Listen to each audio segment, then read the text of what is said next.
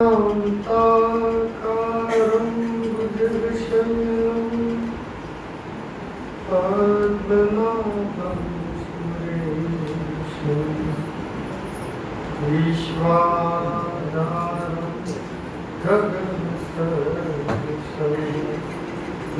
मेघवर्णं शुभांगं लक्ष्मीकान्तं कमलनयनं योगिबीजगम्यं वन्दे विष्णुभवभयहरं सर्वलोकैकनाथं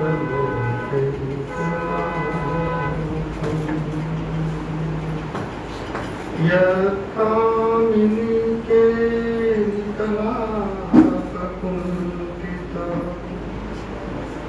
कामोऽप्यकामा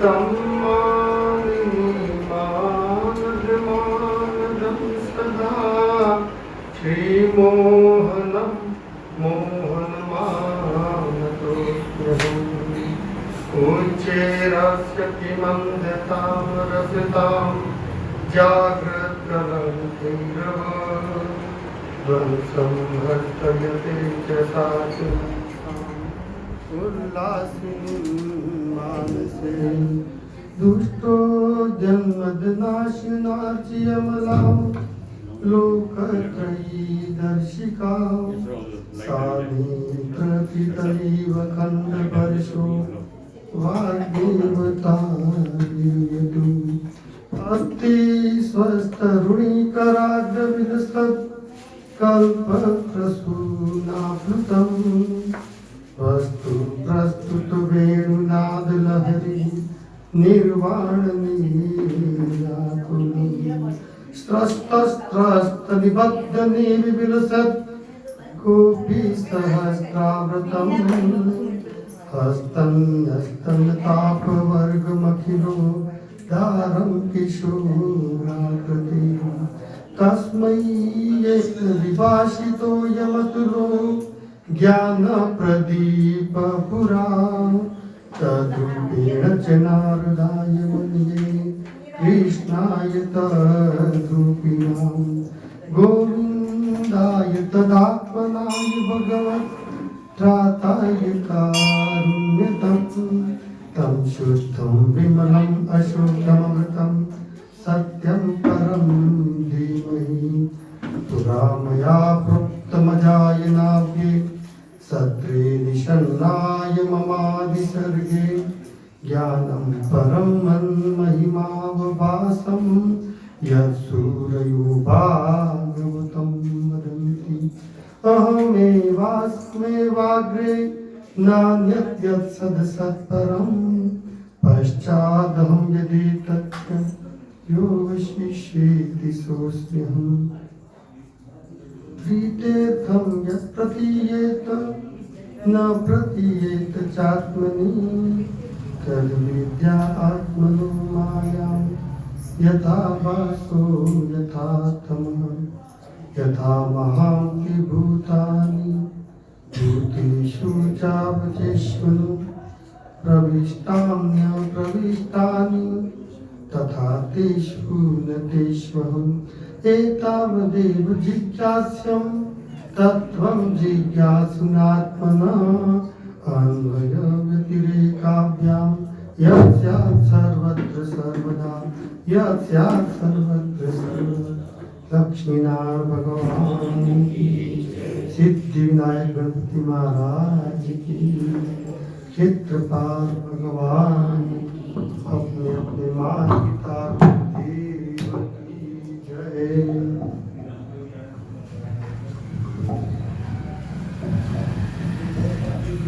भगवान लक्ष्मी नारायण की इस पवित्र प्रांगण में पुरुषोत्तम मास के 23वें दिन की श्रीमद् भागवत महापुराण की कथा श्रवण हेतु उपस्थित सभी भक्तों एवं मेरे मित्रों का जय श्री कृष्ण। मेरे मित्रों ने भी कहा कि गांव में कथा करना बहुत कठिन काम है। घर का जो डॉक्टर होता है ना घर में, वो ऑपरेशन नहीं कर सकता अपने घर में, भले कितना भी बड़ा डॉक्टर स्पेशलिस्ट हो, लेकिन अपने लड़के अपना पुत्र या उसका ऑपरेशन कर बहुत कठिन काम है। आप विरल जी पंड्या, प्रदीप जी भट्ट, भवानी शंकर जी, जगदीश जी, हर्षद जी, मेरे सब बीएड तिरुपति में शिक्षा शास्त्री के मेरे मित्र, आप लोगों ने पधार के मुझे थोड़ा बल दिया है। विरल जी पंड्या गोंदड़ा, आपके पिताजी संस्कृत के बहुत बड़े विद्वान है। हमें नटू बावसी करके प्रसिद्ध है, वहाँ बहुत बड़े बड़े ग्रंथ लिखे, बहुत बड़े बड़े। हमारे सब वर्त में बड़ा समाज के सब जानते हैं, शेखुला मैडम सब, और बहुत सब पुरस्कार ले लिए उन्होंने जीवन में। लेक्चरर रहे, रिटायर हुए, मुझ पे बहुत आशीर्वाद दे रहा है। तो मेरे मित्रों ने कहा कि घर का जोगी जोगड़ा, बाहर का सिद्ध, और तुलसीदास जी ने यही बात कही है। तुलसी तहान जाए जन्मभूमि के घाम, गुण अवगुण देखे नहीं, लेत पुरानो नाम। तुलसीदास जी ने कहा अपने गांव में बड़े कितने बड़े रामचरितमानस लिखने वाले और प्रवक्ता, बहुत बड़े कथाकार, काशी में बैठ करके प्रहलाद घाट पर राम कथा करते, हनुमान जी स्वयं कथा सुनने साक्षात आए थे। उन्होंने घोषणा की ना तुलसीदास जी ने, तो स्वयं हनुमान जी आए। तुलसी इस संसार में भला बुरा क्या काम, प्रेत से हनुमत मिले, हनुमत से श्री राम। तो लेकिन जब अनुग्रह होता है ना गांव का, तो इससे बड़ा अनुग्रह कोई नहीं कर सकता है। अपना जीवन, मैं तो कह रहा हूं, मेरा पूरा जीवन की धारा बदल गई पूरी। तो कल हमारी राम कथा चालू हुई है, क्योंकि 9वां अध्याय जो है भागवत का, वो राम कथा। जब तक राम कथा नहीं होगी, क्योंकि अब कहां प्रवेश लेना है, अब रासलीला में जाना, रासलीला में, और काम रूपी रावण जब तक नहीं मिलेगा, रावण तब तक हमें रासलीला में प्रवेश नहीं मिलता है। और ये रावण है, वो काम का प्रतीक, वो दशानन है, उसके 10 सिर हैं, यानी कि 10 सिर नहीं, उसकी 10 इंद्रियों में काम बसा हुआ था। ऐसा नहीं कि 10 सिर थे, ऐसा नहीं, तो वो सोता कैसे? 5 सिर थे, कैसे सोता? सो सकता है वो? एक सोच लो, कभी कल्पना करो, अगर 5 सिर ऐसे 5, वो सोएगा कैसे? करवट कैसे लेगा? 10 आनंद, आनंद का अर्थ होता है जहां से हम आहार ग्रहण करें, और हमारी 5 कर्मेंद्रिया और 5 ज्ञानेंद्रिया, सब में रावण के काम बसा था। उसने ये भी नहीं सोचा कि जगदम्बा है, ये भी नहीं सोचा। केवल मां सीता के साथ ऐसा नहीं किया उसने। एक बार ऐसा हुआ, महादेव और पार्वती तो मूलम तरो केवलम आश्रयम तो भिक्षाम नमातेन च जीवमान, पंचाक्षरम केवलम स्वंत गोपीनवंत गुरु भाग्यवंत। महादेव के पास क्या था? एक कटोरा था, एक वृक्ष के नीचे तप कर रहे थे। उनका भक्त कुबेर आया। कुबेर ने आकर के कहा कि मैं आपका भक्त हूं, मेरे पास तो खजाना है बहुत, आप कृपा करो कोई सेवा का मौका। महादेव ने कहा नहीं, ये ठीक, बढ़िया, वो पार्वती जी ने कहा नहीं, एक थोड़ा एक कमरा पक्का चाहिए भाई। महिला माताओं को ज्यादा होता है नहीं, घर तो चाहिए कम से कम, न बना साले पर घर बना चाहिए। अब उसने तो सोने का महल बना दिया, कुबेर तो कुबेर है, पूरा सोने का महल बना दिया। पार्वती खुश होगी, चलो अपन प्रवेश करते हैं। नहीं, पंडित जी के बिना तो ये कथा चालू नहीं होती हमारी, तो फिर गृह प्रवेश कैसे होगा? अब पंडित कौन? रावण पंडित बनकर के आया, कुबेर का भाई छोटा रावण पंडित बनकर आया। फिर पूरी पूजा करवा दी, फिर कहा कि भाई अब मुझे गुरु दक्षिणा देनी पड़ती है। तो शिव जी का बोल मांग ले, क्या चाहिए तुझे? उसने कहा ये सोने का महल दे दो और पार्वती मुझे दे दो, दोनों मांग लिए उसने। महादेव ले जा, महादेव तो महादेव ले जा। उसने अपने खंबे पे बैठा के ले जा रहा था महादेव। इतने भगवान विष्णु मिले रास्ते में, तू कहाँ जा रहा है, किसको ले जा रहा है? तो ये पार्वती और ये मुझे सोने का महल दिया, मैं जाऊंगा उसमें।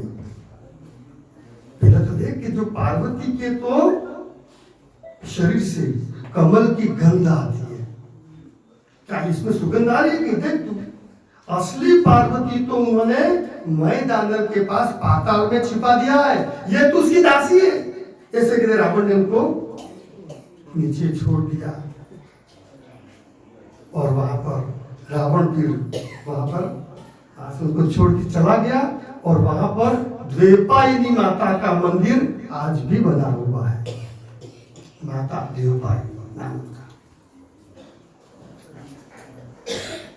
तो कल तक की कथा में था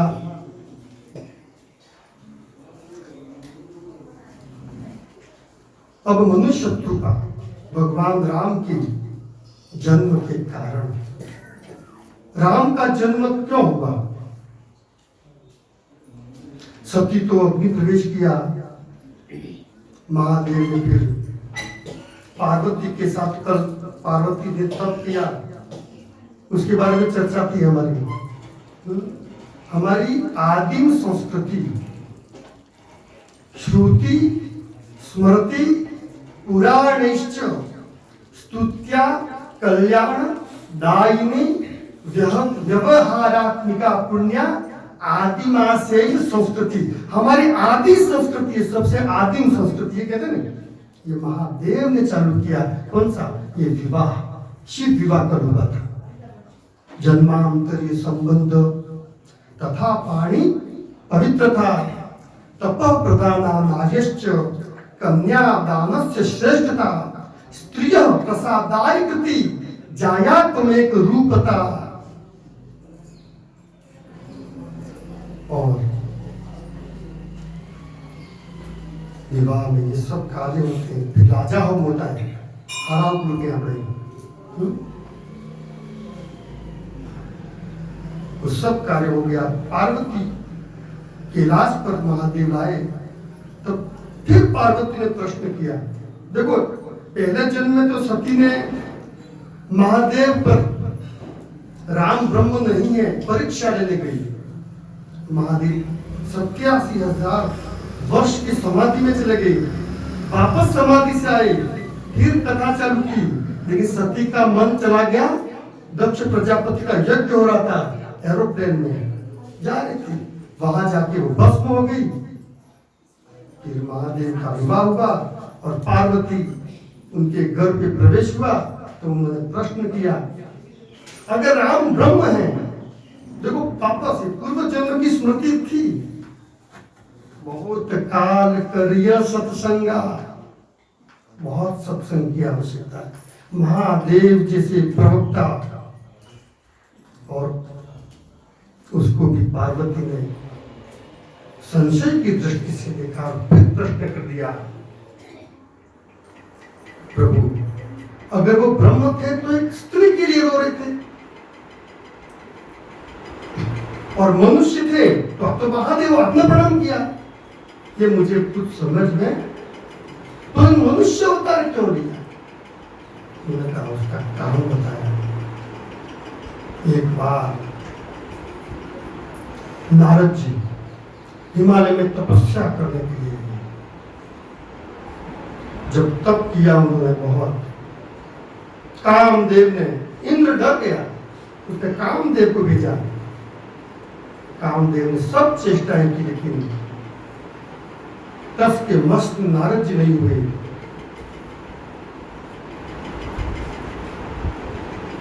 कामदेव हार गया, उनको क्रोध भी नहीं आया नारद जी को, काम और क्रोध को जीत लिया।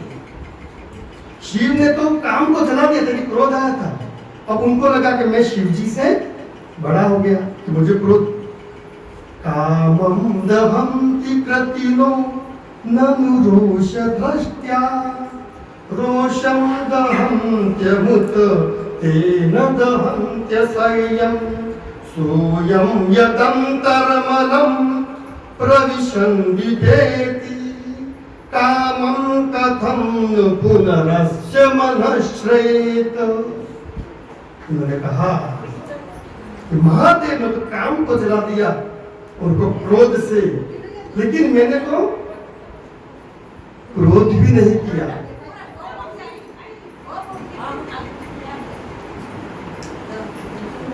अब नारद जी वीणा, भगवान का नाम वीणा पर बजाते बजाते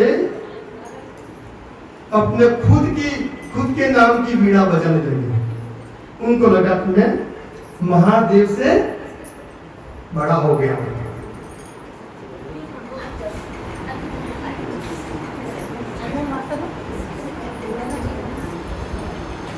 अब क्या करेगा व्यक्ति जब अहंकार का थोड़ा अंकुरण होता है, थोड़ा तो सीधा गया महादेव कैलाश पे, सीधे नारायण नारायण। महादेव खुश हो गए, अरे नारद आपने बहुत दिनों के बाद आप थे कहाँ? अरे क्या बताऊं, मैं तो तपस्या कर रहा था। अच्छा तो आप तपस्या कर रहे थे नारद जी? हाँ, और तपस्या की, लेकिन विघ्न आता तपस्या में बहुत। महादेव तो क्या विघ्न आया? वो कामदेव ने मेरे पे बहुत बाण चलाए, लेकिन मुझे कस के मस नहीं हुआ, मैं तो तटस्थ रहा। और कामदेव हार गया बेचारा।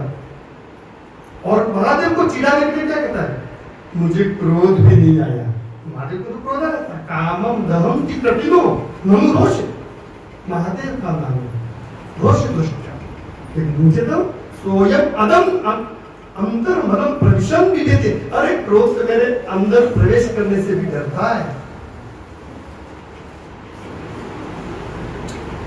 जब अपने बखान करने लगे, देखो भगवान का नाम लेते लेते अपना भी चालू कर दिया उन्होंने। एक्सीडेंट कब होता है? कलेक्टर साहब की गाड़ी चलाता है ड्राइवर, सब लोग प्रणाम करते हैं, सब उसको ड्राइवर को लगता है कि ये मुझे कर रहे हैं, फिर वो इसलिए सब लोग पोथी को प्रणाम करते हैं। किसको कर रहे हैं? तो ये मित्र दोस्तों रोज साथ देते हैं हमारे ये मित्र, और क्या शब्द बोलते वो तो मुझे मालूम है, ये तो मैंने बोला नहीं है।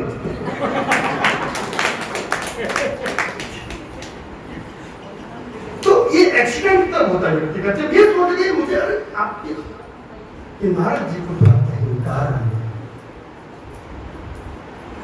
फिर महादेव ने कहा, देखो नारद जी आपने मुझे बताया कोई बात नहीं, लेकिन आपके भगवान विष्णु को मत बताना इस बात है। हाँ तो मुझे जाना कि नारद जी समझ गया मुझे। अब उनको यूं लगा कि मेरा तप ज्यादा है, महादेव से इनको सहन नहीं हो रहा, ईर्ष्या हो रही है, इसलिए कह रहे विष्णु भगवान को। लेकिन अंदर सोच रहे मैं तो जा रहा हूं सीधे क्षीर सागर चले गए। महालक्ष्मी जी चरण दबा रही थी। नारायण भगवान विष्णु प्रसन्न हो गए कि नारद जी आप थे कहाँ इतने दिन से? यहाँ तो रोज झगड़ा करवाने आ जाते थे घर में हमारे। नारद जी का काम था, मजा आता मुझे। नारद जी ने कहा बस वही बात दोहराई जो महादेव को की। मुझे तो, मैं तपस्या करने गया था हिमालय में, लेकिन आजकल तो लोग क्या करते हैं, अपन कोई तपस्या करते लोग डिस्टर्ब करते बहुत ही। भगवान विष्णु ने कहा आपको कौन परेशान कर रहा है? और वो कामदेव वो आ गया था अपनी पूरी सेना लेकर के, लेकिन मुझे विकार नहीं आया। नारद जी क्या कह रहे हैं? विकार है तो सतिलिक प्रियंते, विकार का कारण उपस्थित होने के बाद भी, विकार है तो सतिलिक प्रियंते येषाम न चेतांसि सदैव धीरो, विकार का कारण उपस्थित होने के बाद भी उसमें विकार नहीं आता है, वही तो धीर है।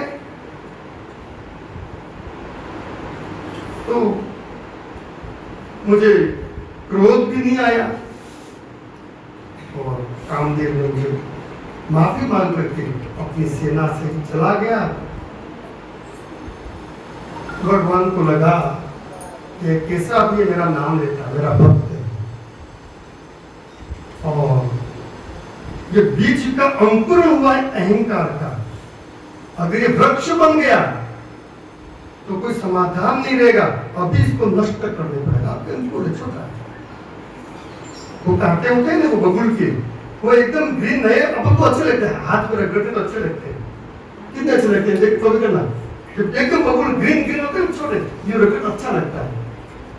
ये विषय वासना पहले अच्छी लगती है, जब वो शूल बन जाते हैं जब, तब हमें कहने का मतलब,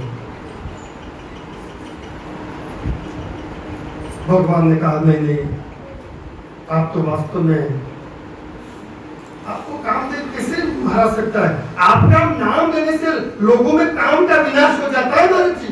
इसे नारद जी को लगा हाँ विष्णु भगवान से ही है, शिव जी तो मेरे इतनी उन्होंने बढ़ाई, विष्णु भगवान है। और फिर नारद जी ने क्या कहा, बस ये सब आपकी कृपा है, नहीं बोलते अपन कभी भाई ऊपर व्यक्ति काट गया 10-12 लाख की, अरे भी अच्छा नहीं, सब आपकी कृपा है। तो पहला कहते मोटरसाइकिल थी बेचारा, तो उसको लगता है ऐसा कि नहीं मेरे को नहीं, आपकी कृपा है। वो नारद जी ने चला, उनको तो प्रचार करना था अपना,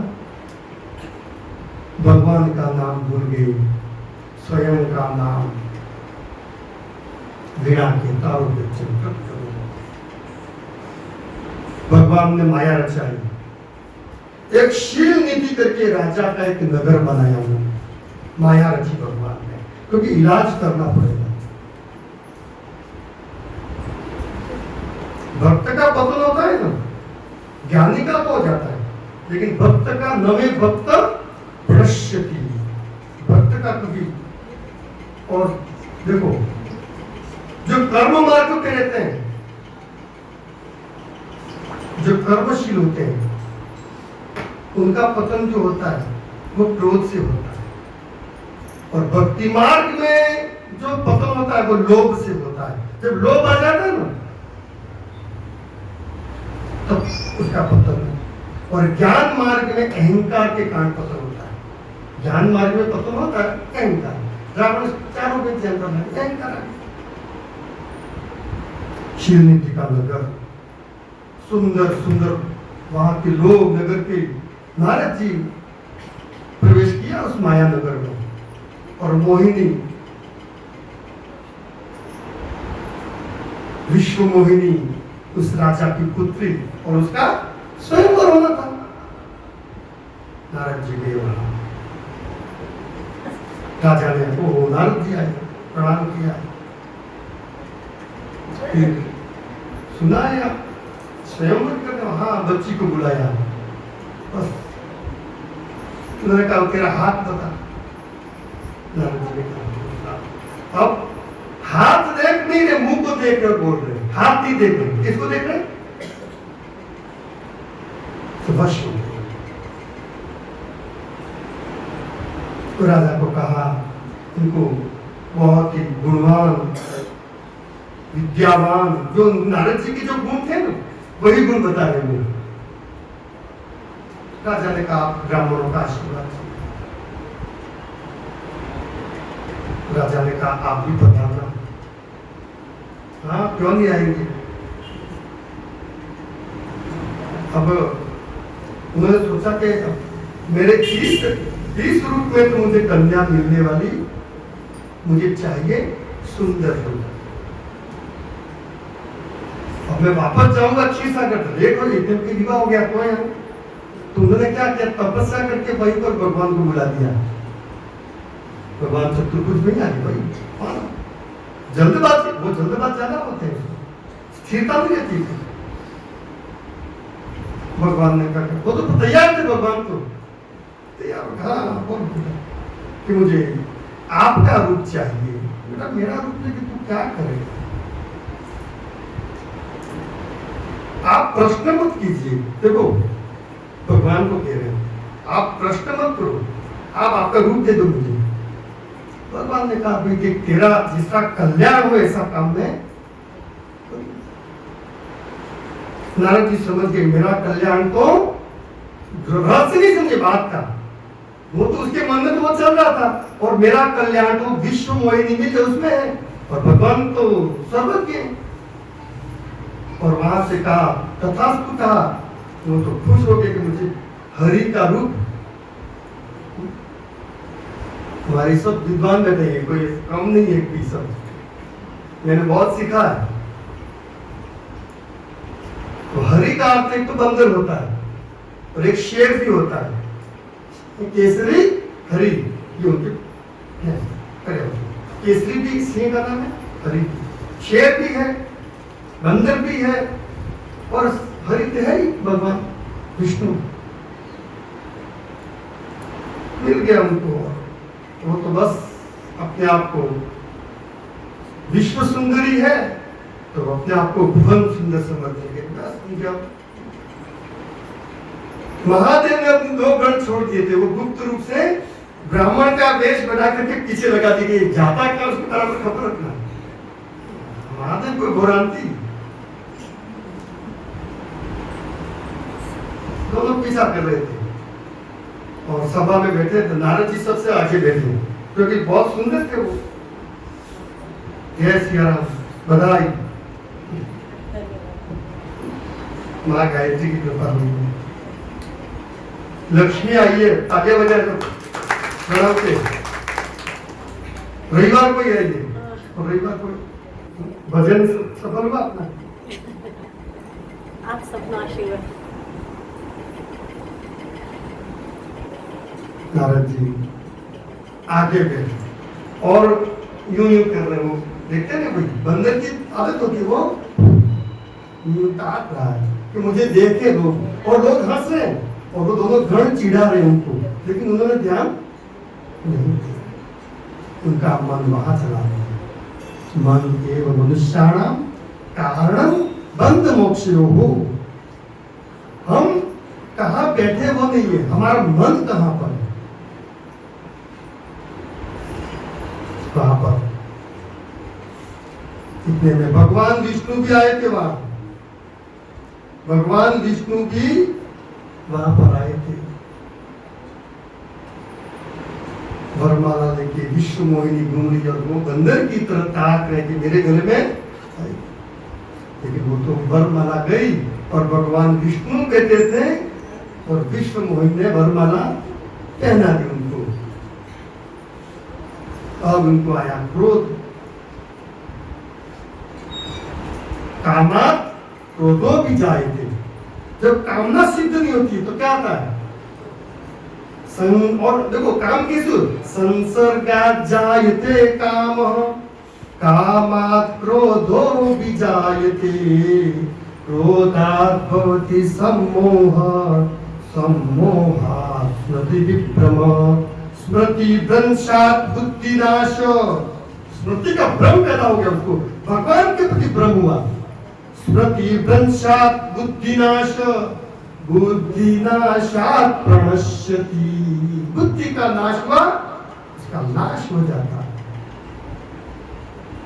और वो गण थे, उन्होंने कहा कि भाई वो चिढ़ा रहे थे, उन्होंने कहा जाके रूप देखो तुम्हारा, जा करके। और देखो वो भगवान ने क्या किया, वो दर्पण में देखते हैं तो उसको भगवान का रूप दिखता है, उसको स्वयं को, दूसरे को दिखता बंदर का, उनको तो विष्णु का रूप दिखता है।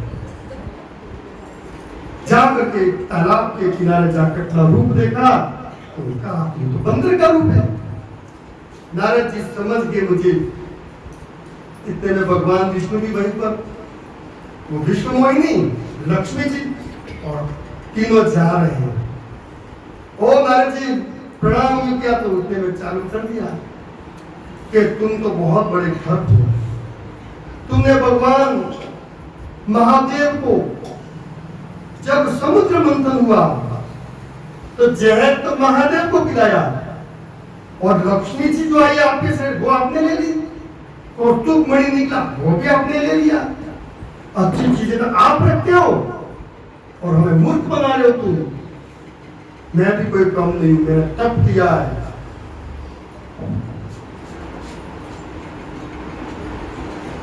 मैं शाप देता हूं। देखो भगवान राम के अवतार के कारण बताए, अब राम कथा आ रही है, कल पूरा दिन निकल गया, राम आराम से आते वही राम है। जीवन में अगर चाहते हो आराम तो कहो आ तभी आराम, आयो परम विश्राम। नारद जी क्रोध में थे और क्रोधात भवति सम्मोह, सम्मोहात स्मृति विभ्रम, और स्मृति में भ्रम पैदा हो गया। जिसे पानी हिलता है ना, अपन देखते हैं जल हिलता तो चेहरा बराबर दिखता नहीं, उनको भ्रम पैदा हो जाता जब पानी हिलता था। मन में ये चंचलता आ जाती है, जब चंचलम ही मनम कृष्ण मनो दुर्निग्रहम चलम, ये मन बहुत चंचल है, बंदर की तरह है। इसलिए बताया उसको बंदर का रूप क्यों दिया, क्योंकि तो इसका मन चंचल था, और बंदर का स्वभाव चंचलता ज्यादा होती है, इसलिए बंदर का रूप दिया। और उसने कहा कि मैं तुम्हें श्राप देता हूं कि तुमने मुझे वानर का रूप दिया है, ये वानर तुम्हारी सहायता करेंगे, और तुमने मेरी जो पत्नी बनने वाली थी उसको ले जा रहे हो, आपकी पत्नी को भी उठा करके ले जाएगा। ये श्राप दिया। आपकी जो पत्नी जो मां जगदम्बा है उसका भी इसी तरह होगा। बहुत वक्त भगवान ने अपनी माया सिंधी, इतने में मैंने देखा कि ये तो न तो शील नीति है, न विश्व मोहिनी है, न कोई नगर है। वहां पर तो नारद जी खड़े और भगवान विष्णु खड़े।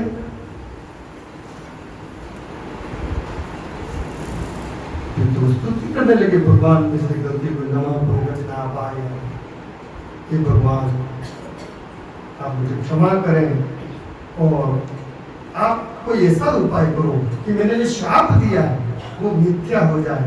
भगवान ने कहा ये सब तेरी मर्जी से हुआ है और सब अच्छा होगा, कल्याण होगा। फिर नारद जी भगवान वहां से अंतर्धान होते हैं। यहाँ पर राजा दशरथ, उनकी कोई संतान नहीं थी, उन्होंने एक बार अपने गुरु वशिष्ठ को बुला के पूछा, चप्पल भी नहीं पहने और आज देखो गुरु को मिलने गए उन आश्रम में, हथियार रख दिए, राजा कैसे जाते थे बिना जूते पहने। रानियों सहित कहा कि मेरी कोई संतान नहीं, पुत्र लुप्त पिंडोदक क्रिया, मेरे पीछे पिंडोदक क्रिया कौन करेगा। वशिष्ठ जी ने कहा कि विभांडक पुत्र श्रृंगी ऋषि, विभांडक पुत्र जब वो यज्ञ करेंगे, पुत्र कामेष्टि यज्ञ करना पड़ेगा, लेकिन मैं नहीं करूंगा। आप उनके पास जाइए। वशिष्ठ जी ने एड्रेस दिया, पता दिया। श्रृंगी ऋषि, ऋषंग भी कहते उनको सिंह थे दोनों।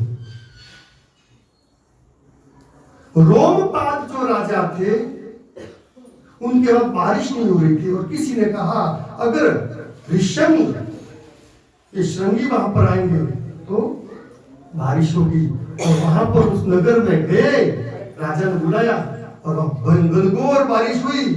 राजा खुश हो गया और उनको राजा दशरथ जो है उनके एक पुत्री थी शांता, एक शांता नाम की पुत्री थी। वो शांता प्रसन्न होके श्रृंगी ऋषि को दी। राजा दशरथ गए, उनको बुला के कि मुझे पुत्र का यज्ञ करना है। अब तो वो दामाद हो गए। उन्होंने पुत्र का यज्ञ किया और पुत्र का यज्ञ में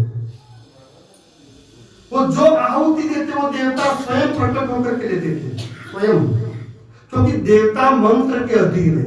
जो मंत्र बोलते हैं देवता उनके अधीन है, स्वयं प्रकट होते। स्वयं फिर अग्निदेव उनका आह्वान किया, चरु लेकर के अग्निदेव प्रकट हुए।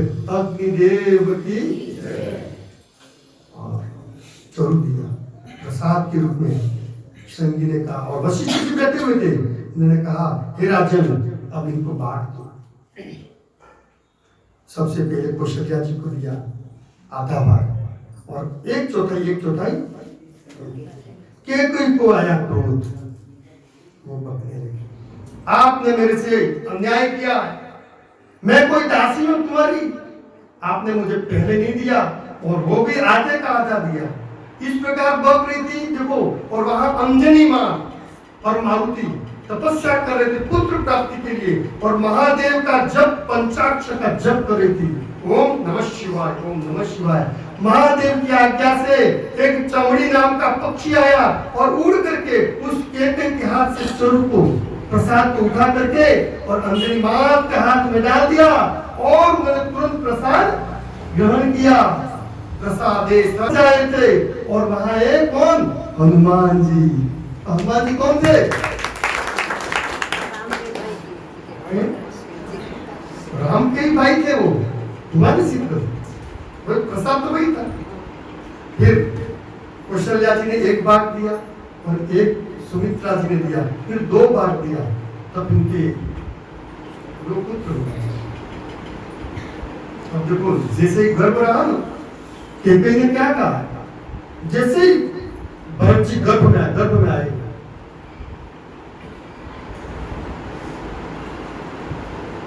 उसने एक दशरथ जी को क्या कहा, अब मैं मेरे महल में नहीं रहूंगा। केकई का महल अलग था, सब रानी का, तीनों का महल अलग थे। मैं तो अब कौशल्या जी की सेवा करूंगी। क्या करने को उनकी विचार, जैसे ही संत गर्भ में आ गया भरत जैसा संत, उनके विचार बदल गए, तुरंत विचार बदले। वशिष्ठ जी को पूछा कि केकई इस प्रकार क्यों कह रही है? उन्होंने कहा कि आपको बधाई हो, आपके घर में भगवान तो आएंगे लेकिन एक संत भी आने वाला है। वशिष्ठ जी ने कहा मैं महल छोड़ करके उनकी सेवा में कौशल्या जी बहुत सेवा की, तो गर्भ से संस्कार मिले वो। मैंने उस दिन बार बार ही प्रसंग आ रहा है, माँ जो है उसके गर्भ से ही बालक को संस्कार शिक्षा वहां से मिलती है। चाहे अभिमन्यु देख लो या शिवाजी महाराज देख लो, बहुत से उदाहरण है हमारे शास्त्रों में भरे पड़े।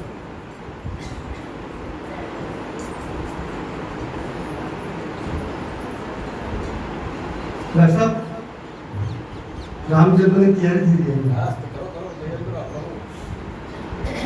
वहां पर भगवान राम जैसे ही गर्भ में मां कौशल्या की आई,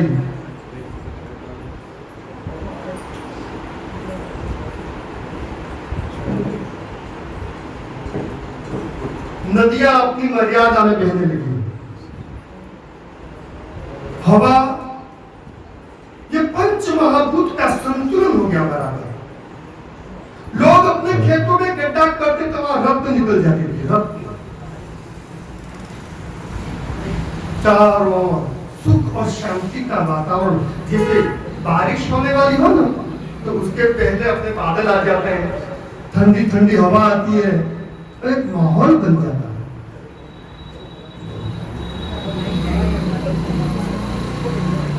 वहां का वातावरण सुरम्य हो गया। दशरथ जी प्रसन्न हैं।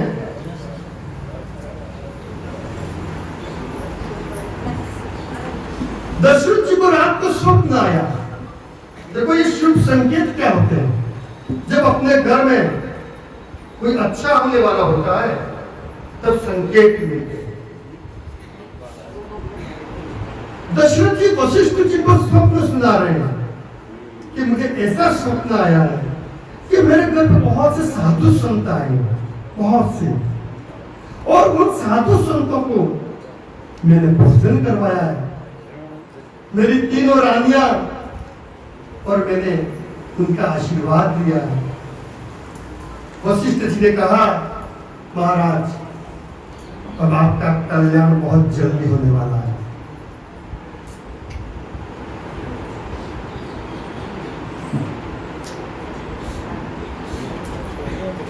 नौमी तिथि मधु मास पुनीता, शुक्ल पक्ष अभिजित हरि प्रीता। नौमी तिथि मधुमास चैत्र महीना, मां की आराधना हो रही थी हर जगह, मां भवानी जगदम्बा,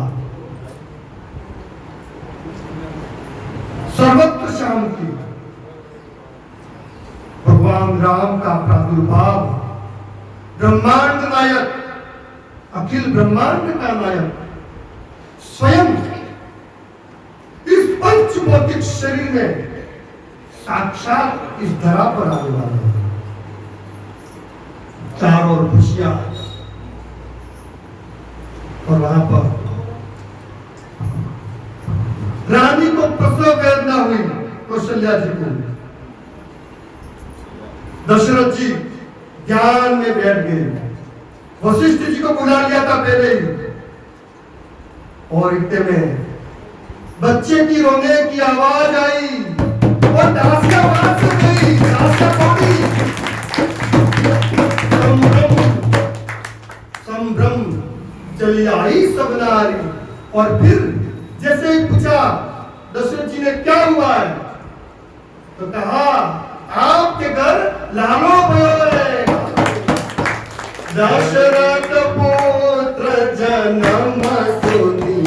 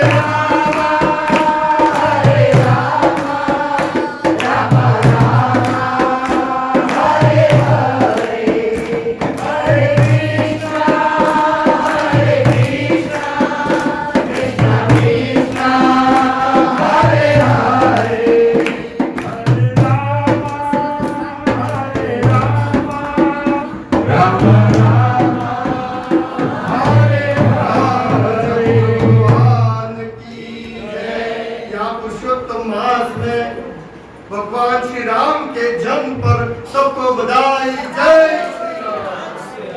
जय श्री राम। बोलो रामचंद्र भगवान की जय। दशरथ के घर भगवान श्री राम का जन्म हुआ। बहन एक भजन इस पर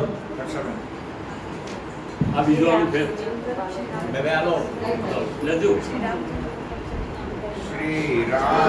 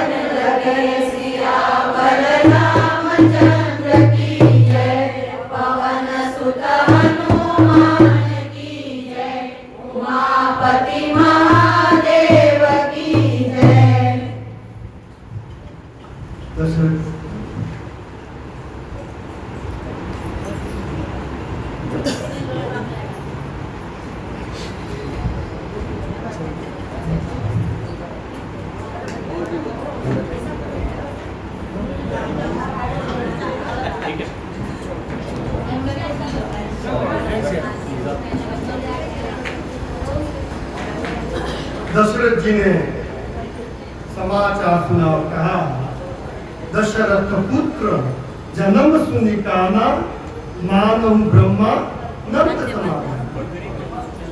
दशरथ जी को ब्रह्मानंद का आनंद मिला, उनके घर में ब्रह्म आ गया। देखो पहले भ्रम था, कहीं मेरे संतान ही नहीं है कोई। दशरथ जी की बहुत उम्र होगी, इसके बाद में उनके 4 पुत्र का जन्म हुआ। उनका नामकरण संस्कार चारों भाइयों का किया। उन्होंने कहा यह जगत को आराम देने आए, इसलिए उनका नाम होगा। और आराम वास्तव में 12 बजे, दिन को 12 बजे लोग सब फुर्सत पे रहते हैं। 12 बजे भगवान का जन्म। रमन्ते योगिनो यस्मिन् श्री राम शरणम समस्त जगताम रामं विना का गति रामेण प्रतिहन्यते कलिमलं रामाय कार्यां नमः रामा तस्य चिकार भीमभुजगो रामस्य सर्वं वशे रामे भक्ति अखंडिता भवतु मे रामत्वमेवाश्रय। राम का आश्रय मिला अयोध्या को। कल बताया था कि मन जब बालक बनेगा तुम्हारा, मन जब बालक की तरह निश्चल होगा, तब ये शरीर अयोध्या बन जाती है। और जब अयोध्या हो, अवध हो, वहां पर स्वयं भगवान श्री राम आ जाते हैं। भगवान अल्पकाल सब विद्या पाए, गुरु विश्वामित्र आ गए। मेरे यज्ञ की रक्षा करने के लिए दोनों राजकुमारों को लेने के हैं। दशरथ जी ने कहा, राम देत नहीं भगत गोसाई, आप मेरे प्राण ले सकते हैं, लेकिन मैं राम और लक्ष्मण को नहीं दे सकता। विश्वामित्र ने क्या कहा, देखो ये मेरे यज्ञ की रक्षा के लिए आएंगे, लेकिन इनका विवाह भी होगा, इनका तब जाके दिया है। तो विवाह की बात सुनी जब, तब तो दशरथ जी ने कहा, ये आपकी सुरक्षा में नहीं, गुरु की कृपा चाहिए।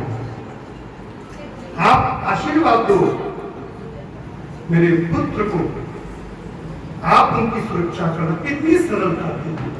और राम और लक्ष्मण विश्वामित्र जी के साथ वन में जाते हैं। वहां ताड़का मिलती है। विश्वामित्र ने कहा कि ये असुरों की मां है, इसका बीज ही खत्म करना पड़ेगा। भगवान ने एक बाण से इस ताड़का का विनाश किया। आगे वहां पर ऋषियों की यज्ञ, भगवान राम और लक्ष्मण वीरासन में बैठ करके उनके यज्ञ की रक्षा करते थे। इतने में जनकपुरी मिथिला, वहां राजा जनक ने स्वयंवर करने के लिए सबको निमंत्रण भेजा। विश्वामित्र को भी दिया। देखो भगवान राम या लक्ष्मण को निमंत्रण नहीं था वहां जाने का। वो कहां गए थे? गुरु की सेवा में गए थे। और विश्वामित्र जी ने कहा, चलो मेरे साथ, आप भी चलो। राम और लक्ष्मण वहां जाते हैं। वहां शिव धनुष था, पिनाक, भगवान शिव का दिया और महादेव का। और वो इतना वजनी था, 300 योद्धा, एक नहीं 300 योद्धा उसको खींच के लाते थे, तब जाके इतना वजन था। लेकिन मां जानकी जब झाड़ू मारती घर में, तो उस धनुष को खिलौने की तरह उठा के रख देती। दशरथ जी ने समझ जाए जगदम्बा आई है मेरे घर में।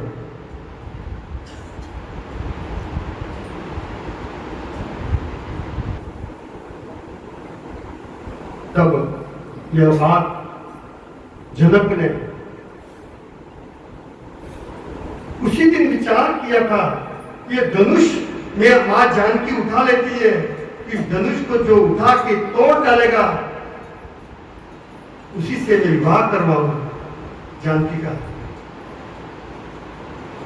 सभी योद्धा आए थे वहां, रावण भी आया था, 10,000 राजा आए थे वहां पे। और भगवान राम और लक्ष्मण वहां राजकुमार की तरह थे, बैठे हुए थे। सबने बारी बारी से सब राजा उस स्वयंवर में अपना हाथ आजमा रहे थे, लेकिन वो धनुष हिला भी नहीं। स्वयं रावण अपना अहंकार लेकर के उस धनुष को तोड़ने के लिए गया, लेकिन उससे हिला तक नहीं। रावण ने बहुत दम लगाया, लेकिन शेषनाग लक्ष्मण जी बैठे हुए थे वहां। ये पृथ्वी किस पर टिकी है? शेषनाग पर। और लक्ष्मण जी कौन थे? शेष अवतार थे, शेष। मां जानकी ने गौरी व्रत किया था, गौरी व्रत, और उसने आशीर्वाद दिया था। वो पुष्प वाटिका में जब भगवान राम गए थे, पहली बार जब देखा था राम लक्ष्मण को, तब उसने ठान लिया था कि मैं तो इनसे ही विवाह करूं। और मां से आशीर्वाद किया था जगदम्बा से कि हे मां, तू इनकी रक्षा करना, और ये धनुष तो बहुत योद्धा आएंगे, लेकिन आप कृपा करके इनके हाथ से ये धनुष टूटे, ऐसी प्रार्थना की थी। मां जगदम्बा ने जानी गौरी अनुकूल सियहि हर्षन जाय मंजू मंगल मूल वाम मां जानकी वो कर रही थी आशीर्वाद, तब उनका माया भड़कने लगा, तब कहा कि मेरा कार्य सिद्ध हो गया। जो माता है उनका माया और पुरुष के दाया अंग, पुरुष का दाया अंग का फड़कता तो शुभ संकेत है, और माताओं को माया। ये शुकुन शास्त्र की बात है।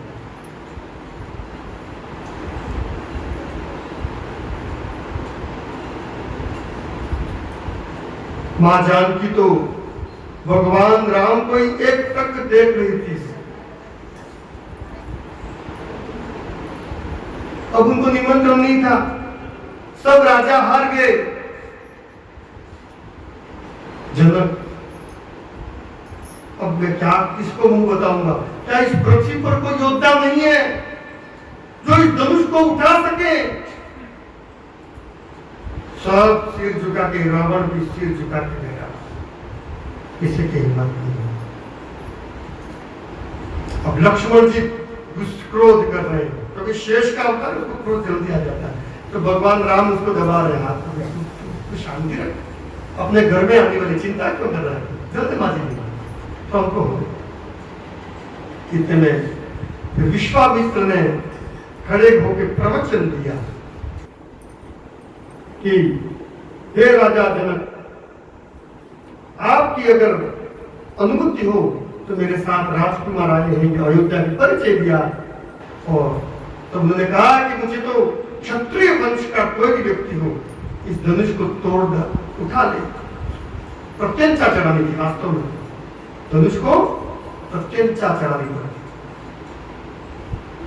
भगवान राम ने आशीर्वाद दिया। देखो वो सब जितने भी थे, उन्होंने किसी का आशीर्वाद नहीं दिया। आशीर्वाद से कम सब काम सिद्ध होते हैं। वो समझ, इसका समझ में नहीं आता है बात, बहुत रहस्यमय बात है। ये आशीर्वाद से बहुत काम हो जाता है।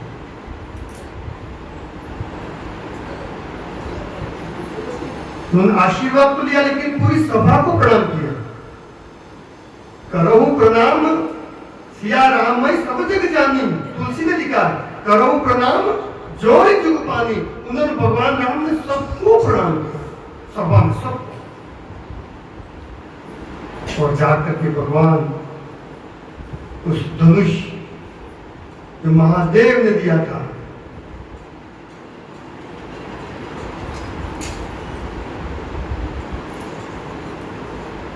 पिनाक नाम था, परशुराम जी ने दी, परशुराम जी।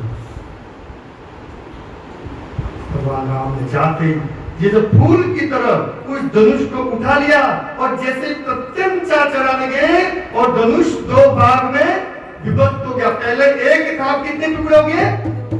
इसका मतलब क्या हुआ? पहले राम एक थे, अब कितने हो गए? जानकी भी आ गई, और वहां पर फूलों की वर्षा होने लगी, और वहां जय जयकार होने लगी। और सीता जी, जानकी मां आती है, वरमाला डाली जाती है। और भगवान राम तो कितने, वो तो लंबे, तो मां जानकी तो उनकी हाइट कम थी। अब बहुत देर होगी, लेकिन वो तो क्षत्रिय, वो झुके कैसे? राम और राजकुमार थे। तो मां जानकी क्या, लक्ष्मण जी ने सोचा कि बस अब एक काम रह गया, उन्होंने क्या किया, देखो एक बीच में कोई व्यक्ति चाहिए मध्यस्थ, जा करके राम के चरणों में गिर गए, तो भगवान राम उठाने के लक्ष्मण जी कहते वरमाला क्या युक्ति बनाई। भगवान राम की बात भी रहेगी, वो नहीं चुके कह सकते हैं मैं तो आशीर्वाद देने के लक्ष्मण को दे रहा। और लक्ष्मी नारायण भगवान, ये लक्ष्मी नारायण गोदुली मेरा थे, गोदुली मेरा थे वहां पर। और फिर नगर में जुलूस निकला, पूरी नगर की स्त्रियां वहां पर महल की अटारियों पे चढ़ करके सीताराम के दर्शन भर घोड़ा निकल रहा था। और वहां ऊपर से पुष्प की वृष्टि होने लगी, फूलों की वर्षा। तो किसी ने प्रश्न किया कि भाई लोग ऊपर से, तो क्या उनको मालूम था पहले से फूल लेके गए थे क्या? नहीं, वहां गमले लगे हुए थे फूल के, वो तोड़ तोड़ के ताजा फूल, भगवान को किसे चाहिए? ताजा, तुरंत गमले से तोड़ तोड़ करके भगवान राम और सीता पर पुष्प वृष्टि होने लगी। धनतेरस के दिन बारात, धनतेरस के दिन विवाह हुआ और बसंत पंचमी के दिन गए। कितने, लगभग 3 महीने के लगभग बारात रही थी। भगवान राम की बारात कितनी रही? अब तो 4 घंटे में अपन के कभी जल्दी करो।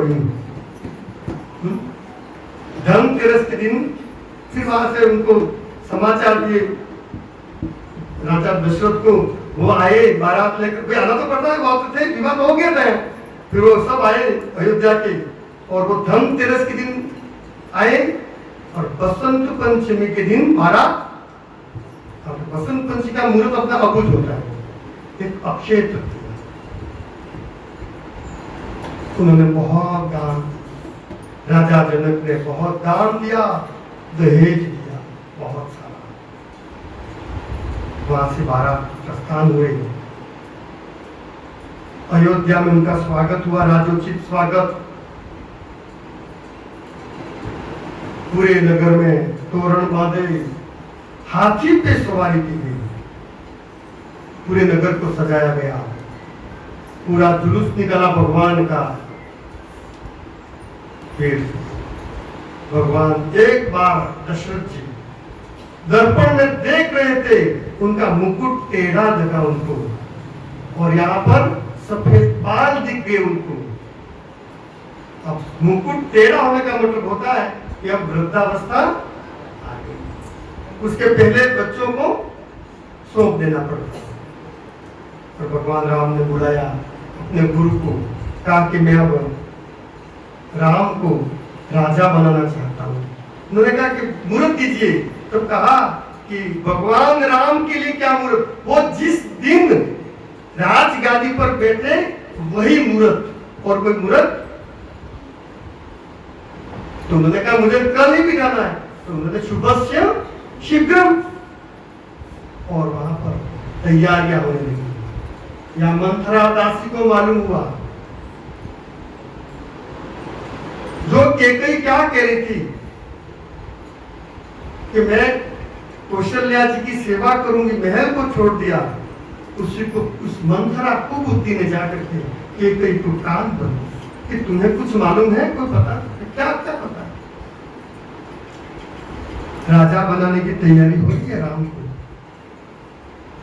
और राम के राजा बन गए तो कौशल्या का मान बढ़ जाएगा, और तुम तो दासी रहोगी, और होई कोई नृप हमें कहानी, ये कहा कि राजा मैं तो दासी रहूंगी, राजा कोई राम बने के फर्क बने, मैं तो दासी रहने वाली हूं, लेकिन आपका क्या होगा? पिशुनाने की लुब्धेन, उसको चुगली की, और स्त्री का स्वभाव कैसा होता है कि वो बातों में आ जाती है। और जो रानी कौशल्या के महल में भी थी, वापस अपना कोप भवन था वहां पर चली गई। कहां पर चली गई? कुमति, सुमति कुमति सबके उड़ गए। सुमति थी, लेकिन संसर्गा जायते, हम किसके संपर्क में, किसी व्यक्ति की पहचान करनी है तो उसके मित्र कैसे, वो देखना ध्यान रखना, निश्चित वो किसके साथ उठता बैठता वो ध्यान रखना, वही उसका स्वभाव होता है। और वो मंथरा दहेज में आई थी, केकई नरेश, ये केकई जो है वो पंजाब कहते हैं बड़ा केकई।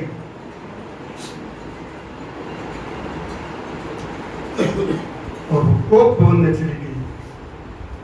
दशरथ जी को मालूम हुआ कि शुभ समाचार कितने में तो दशरथ जी स्वयं समझाने के लिए जाते हैं, लेकिन जैसे ही उसने छूने के वो पीछे चोटी आती है ना बाल की कि रानी आप इस प्रकार केकई को, तो जैसे नागिन फुटकारती ऐसे सामने आ गई। और आप देखना कि माताओं का जो बाल होते ना ये और पीछे चोटी शेषनाग दिखता वो, वास्तव में साक्षात शेषनाग है वो। सही कह रहा हूं मैं ये कि हाँ वो वास्तव में शेषनाग है वो। अगर आप उसका ऐसा तो बच नहीं सकता। ये आप देख सकते हैं पीछे से, देखो इसकी आकृति कौन सी बन रही है।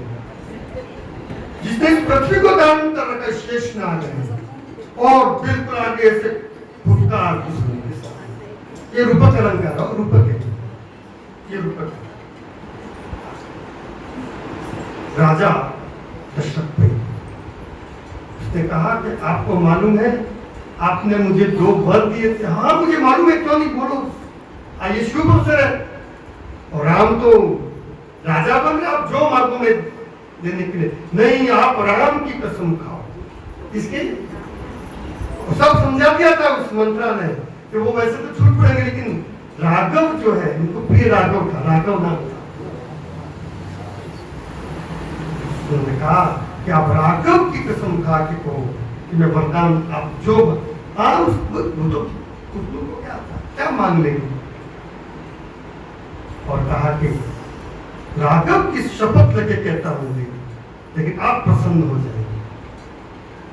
तो उसने कहा भगवान राम जो है उनको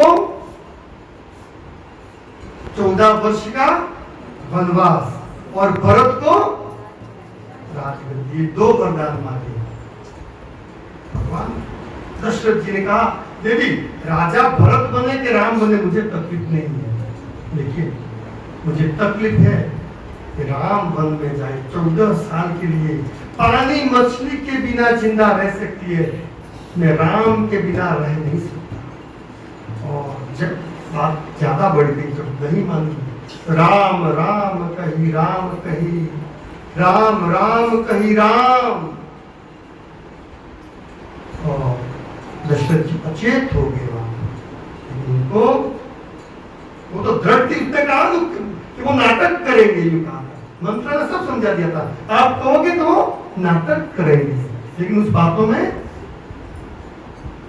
सुबह उठते ही देखते हैं तो पूरे नगर में बात फैल गई। उस समय भरत और शत्रुघ्न गए थे, ननिहाल गए थे, घर पे नहीं थे। और राजा दशरथ, भगवान राम, लक्ष्मण और सीता तीनों वलकल पहन करके उनकी आज्ञा लेने के लिए आते हैं और वन की ओर प्रस्थान करते हैं। और यहाँ दशरथ जी राहु गए सुर धाम, उन्होंने अपने प्राण त्याग दिए। नगर में शोक की लहर, क्या हो गया है। और गुरु वशिष्ठ आए, उन्होंने उनके शव को सुरक्षित करने के लिए बहुत बड़े पात्र में घी मंगवाया गाय का और शव उसमें रख दिया ताकि वो तो भरत और शत्रुघ्न फिर वो आए, उनका अंतिम संस्कार हुआ दशरथ जी का। और भरत जी को क्रोध आया। भरत जी ने पूरा मां को भला बुरा कहा, फिर जा करके पूरा गुस्सा मंथरा पे उतारा और मंथरा को खूब मारा। भरत जी ने मारा उसको, राम जी को मनस बहुत पीटा, लेकिन फिर वो गए मां के पास, भरत जी कौशल्या के पास गए और मां कौशल्या को कहा, हे मां मैं इस बारे में कुछ भी नहीं जानता, मेरा कोई दोष नहीं है। अपना स्पष्टीकरण दे रहा है। भरत जी क्या कह रहे हैं, वो संत स्वभाव है। हे मां जो परिहरि हरि हरि चरण भजई भूत गण गोर, तेई कई गति मोहि देहि प्रभु जो जननी मत मोह। हे मां, जो भगवान शिव और भगवान विष्णु की पूजा को छोड़ करके बजही भूत गणगौर श्मशान जगाने के लिए भूत प्रेत की उपासना करते हैं और उनकी जो दुर्गति होती है वह दुर्गति मेरी हो, अगर मेरी सम्मति हो तो हिमा मैं नहीं जाता। तो कहा, हे मां, मेरी कौन सी दुर्गति हो? आगे फिर कहा, कितना स्पष्टीकरण देना पड़ता है। बेचही वेद धर्म दुहिले, विष्णु न पराय पाप कही दे। कपटी कुटी न कलह प्रिय क्रोधी, वेद विदूषक विश्व विरोधी। लोभी लंपट लोलुपचारा, नहीं परधन परचारा। पापों में इनके गति घोरा, जो जननिया सम्मत होरा। से नहीं साथ संग अनुरागे, परमारत पथ विमुख अपागे। चेत पदई हरि नरतनु पाई, तिन्हीं हरिहर तुझ सुसुहाई। तिनकी गति कोई शंकर देव, जो जननिया जाने देव।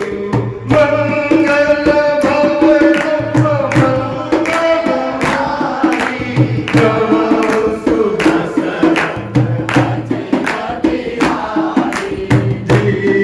दयाल बिरद समभारी।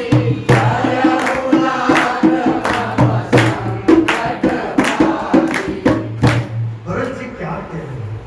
हे मां, वेद ही वेद धर्म दुहिले। जो वेद का व्यापार करते हैं जो लोग, वेद को बेच देना मतलब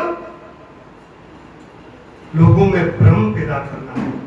शास्त्र में लिखा कुछ है और व्याख्या कुछ अलग कर देना। वेद ही वेद धर्म दुहिले, और धर्म का दोहन करने लगेंगे केवल धन के लिए। वेद ही वेद धर्म दुहिले, विष्णु पराय, चुगली करना, विष्णु करने जप कान में पाप कही दे, और दूसरा कोई भी पाप करे और दूसरी जगह कह देना, और उसकी जो दुर्गति हो, हे मां, वो मेरी हो, अगर मैं जानता हूं। कपटी कुटील कलह प्रिय क्रोधी, कपट करता मन में, बातें तो अच्छी करता लेकिन अंदर कुटील है। कपटी कुटील कलह प्रिय, बात बात पर झगड़ा करने का स्वभाव, और क्रोधी। कपटी कुटील कलह प्रिय क्रोधी।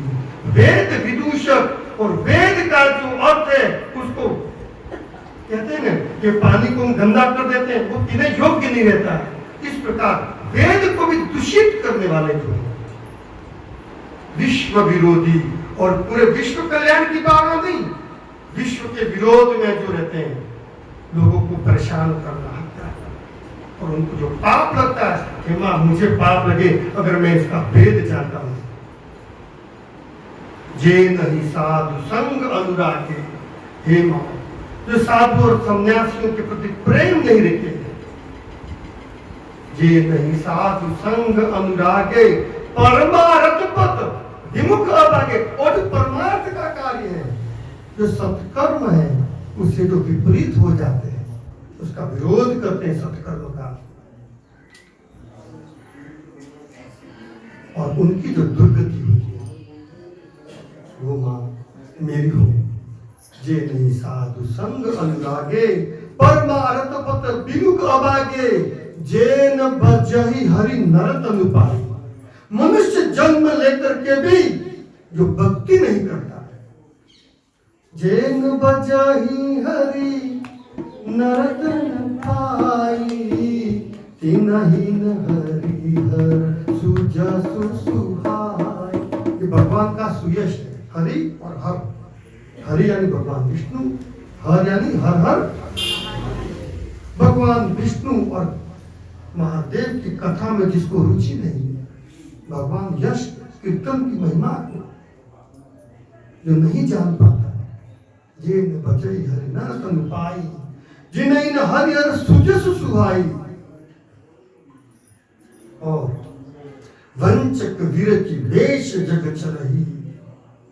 ये लोग ऐसा ड्रेस बनाएंगे, लोग भाव में आते हैं लोगों को लुटने के लिए। इतनी मालाएं पहनना, इतनी ऐसा ड्रेसिंग करना, इस प्रकार के करते हैं लोग, भ्रम में आ जाते हैं। और उनकी जो दुर्गति हो, हे माँ वो मेरी हो, मेरी इसमें कोई संबंध नहीं। माँ कौशल्या कहती बेटा मैं सब जानती हूँ। भरत जी ने माँ का आशीर्वाद दिया और भगवान राम ने उनकी खड़ा उठे, क्योंकि वो तो चप्पल भी नहीं पहने। वशिष्ठ जी आए कि बेटा तुझे राजगादी कभी खाली नहीं देती, उस पर बैठना ही पड़ता है। उन्होंने कहा कि मैं नहीं बैठ सकता हूँ। तो भगवान के जो खड़ा उठे वहां पर उनका अभिषेक हुआ और भगवान राम की जो राजगद्दी की दशरथ की, उस पर उनको वहां पर पधराया गया, उनकी पूजा अर्चना की। वशिष्ठ जी ने उपदेश दिया कि ये संसार अनित्य है, हमें शोक नहीं करना चाहिए, उसके सद्गति का उपाय करना चाहिए। हम कितने भी सहस्त्रों वर्ष तक रोए तो भी वो मनुष्य वापस नहीं आता है। इस प्रकार ब्रह्म ज्ञान का वशिष्ठ जी ने उपदेश दिया।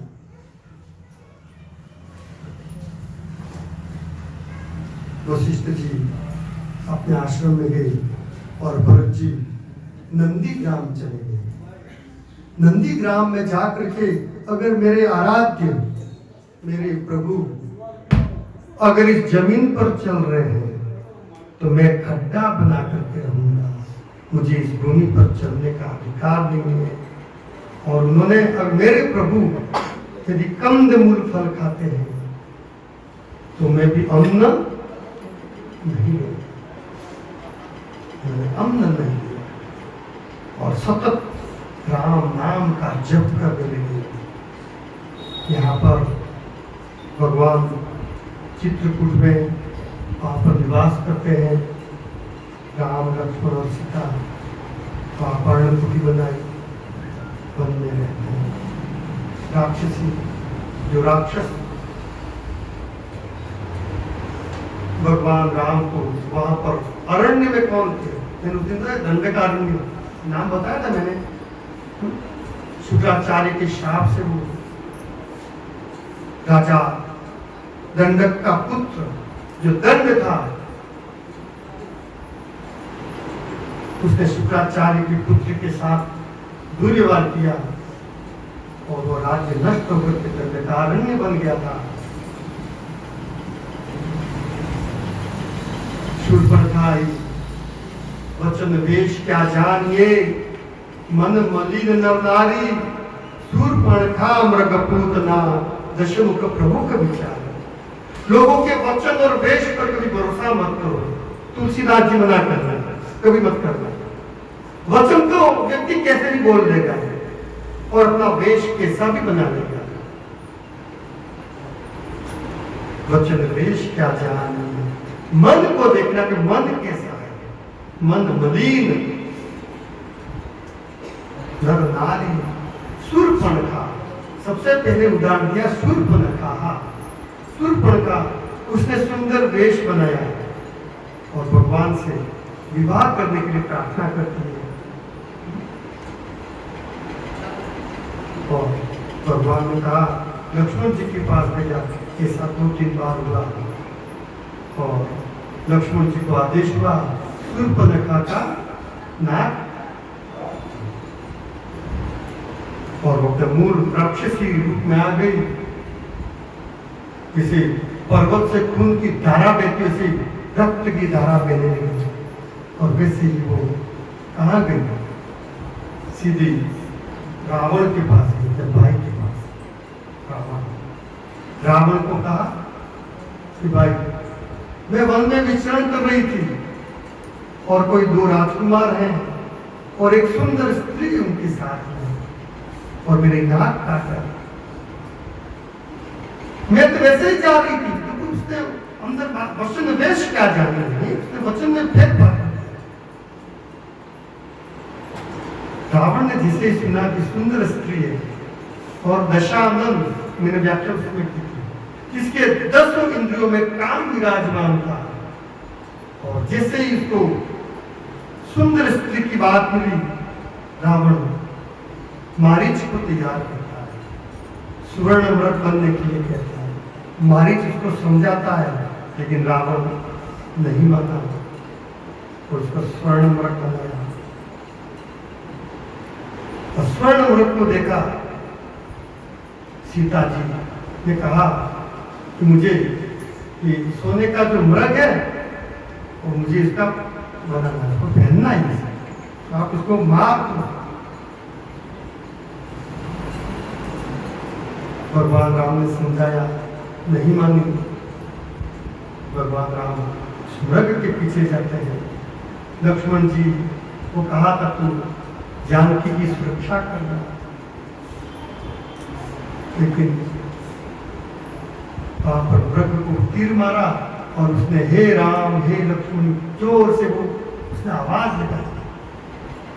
यहाँ पर जानकी ने लक्ष्मण जी को कहा कि आपके भाई संकट में और आप जाइए। उन्होंने कहा कि मेरे राम समर्थ है, लेकिन वो नहीं मानी और वो लक्ष्मण जी लक्ष्मण रेखा बना के गए कि आप इससे बाहर न करो, उस बारूदी सुरंग के लक्ष्मण जी बाहर जाते हैं। यहाँ पर रावण आता है, ब्राह्मण का मंद मलिक धरना, शूर्पणखा मृगपूतना दशमुख यानी भिक्षाम देही भगवती करके आया।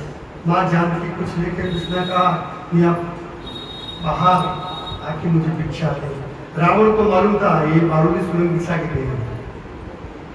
माँ जानकी को कुछ देखो कैसी थी, लेकिन माँ जानकी को कुछ नहीं हुआ। दूसरा व्यक्ति प्रवेश करे तो की बात, और उसने रावण ने जैसे सीता जी बाहर आई और उन्होंने उसका हरण करके ले गए, वहां जटायु में जटायु से युद्ध होता है।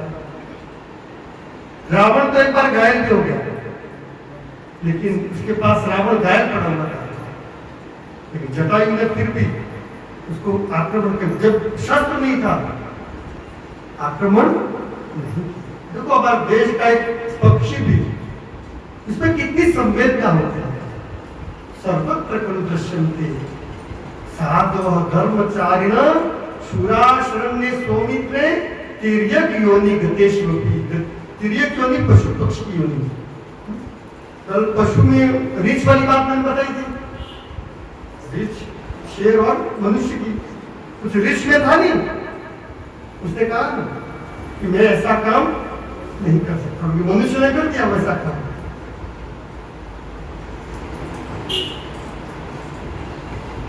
और रावण होश में आकर के फिर युद्ध होता है और उसके पंख को काटता है।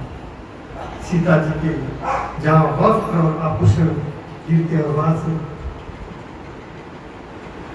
लंका में अशोक वाटिका में उसको ले जाता है। यहाँ भगवान राम आकर के जब सीता जी जानकी नहीं मिली कुटिया में, वो विलाप करने लगे। और आगे की यात्रा में भगवान राम वन में जा रहे हैं फिर यहाँ पर बाली किष्किंधा कांड, क्योंकि अब राम कथा तो हमारे फिर भागवत रह जाएगी।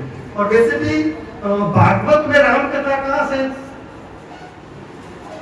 भगवान राम वन में जाते वहां से शुरू है। आदो राम तपोवनाधिगमन, राम जन्म नहीं कर रहा है इसमें, भागवत में नहीं है राम जन्म।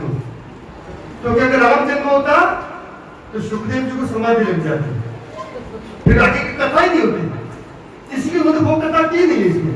ये आपको स्पष्ट, लेकिन मैं तो आज नवमी तिथि है, तो मैंने डॉक्टर को फोन किया, डॉक्टर आज राम जन्म होगा, क्योंकि नवमी तिथि एक योग मिल गया और लक्ष्मी नारायण है साक्षात, तो राम का विवाह जन्म करवा दे और पुरुषोत्तम से राम का विवाह करवा दे, दो काम तो हो जाएंगे अपने हाथ से। फिर 3 साल बाद क्या हो क्या नहीं हो,